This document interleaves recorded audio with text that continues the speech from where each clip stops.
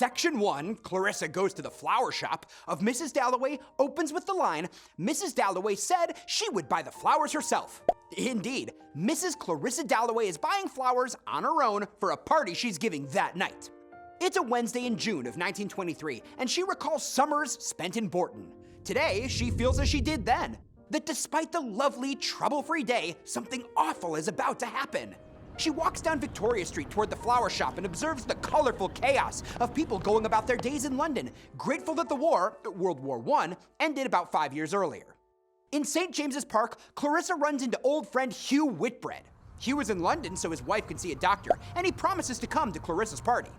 Clarissa thinks of another old friend, Peter Walsh, with whom she spent time in Bourton in their youth. Although she argued with Peter constantly, she misses him. Clarissa reminds herself she had been right not to marry Peter. Life with her husband, Richard Dalloway, is much more peaceful and private. Peter compelled her to share everything. Still, when she found out that Peter had married a woman he met on the boat to India, she considered it another example of Peter's failed life choices. At the gates to Green Park near Piccadilly, Clarissa stops and wonders whether her life and death will matter.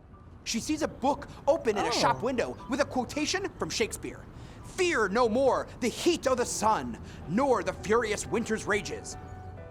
The war and the changes in the world have bred tears and sorrow in people. She can't decide on a book to give to Hugh's wife, Evelyn, who's in a nursing home. Clarissa considers what she would do differently if she could live her life over again. She frequently makes decisions based on what other people will think, unlike deciding independently like her husband does. She looks into the window of a glove shop and considers buying gloves. Her daughter Elizabeth doesn't like gloves or shoes, preferring her dog and studying with her history tutor, Miss Kilman, whom Clarissa dislikes. Clarissa recognizes that her feelings toward Miss Kilman represent the brutal monster of mental illness inside her, feelings that can ruin beauty for her and give her physical pain. Calling these thoughts nonsense, Clarissa enters the flower shop. The owner, whose hands were always bright red, as if they had been stood in cold water with the flowers, greets her.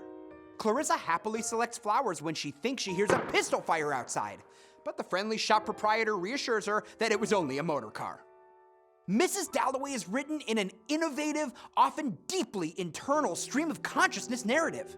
The rapid changes in Clarissa's thoughts show time can pass quickly internally, a result of memory and projection within a small amount of time in the real world. Woolf immediately gives the reader contradictions in Clarissa Dalloway's life and character. Clarissa is wealthy, yet does some work herself. She appreciates the day's beauty, yet she worries about impending terrible events.